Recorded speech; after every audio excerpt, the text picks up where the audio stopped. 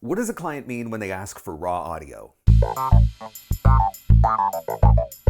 Hey, what's up? I'm Mark Scott. Thanks for checking out another voiceover tip. As always, when you subscribe to the YouTube channel, you're never going to miss one of these tips ever again. Get notified every single time one of them pops up. And by the way, if you have a specific question that you would like answered in an upcoming tip video, all you have to do is either leave it in the comments or send me a message directly to Mark at markscottvoiceover.com. So this is a question that comes up all the time. What does the client mean when they ask for raw audio? Now, the challenge with this question is that if you were to ask 100 people, you'd probably get 100 different answers about raw audio. However, based on my experience, thousands of voiceover jobs in the books, I do think that there's a relatively common theme that comes together when a client is specifically asking for raw audio. So let's outline it for you right now. Raw audio, generally speaking, does not mean go in the booth, record, save, send.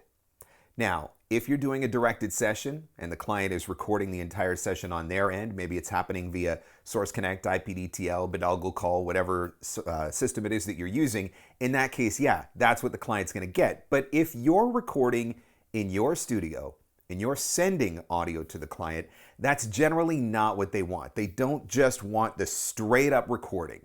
So it is okay to go through and edit out your mistakes, obviously. It is okay to do a little bit of de-breathing if you need to. Absolutely okay to do some de-clicking if you need to. So really we're talking about cleaning up the audio. Where the raw part comes in is in how you process it. And that's where most clients run into issues when it comes to defining raw audio. But generally speaking, if they're asking you for raw audio, what they're saying is we don't want you to do any kind of mastering to the audio whatsoever. So running a deep breather, running a processor, running an equalizer, running compression, any of that sort of stuff. They don't want you to do any of that because they want to be able to do that on their end. So raw audio doesn't mean just straight up, bare bones, naked as it was recorded audio.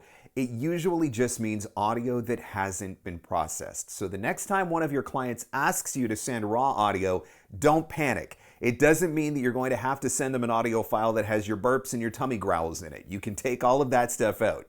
It doesn't mean you're going to have to send them a file that has all the mistakes you make because, hey, we all make mistakes in the booth. So you can go ahead and clean it up.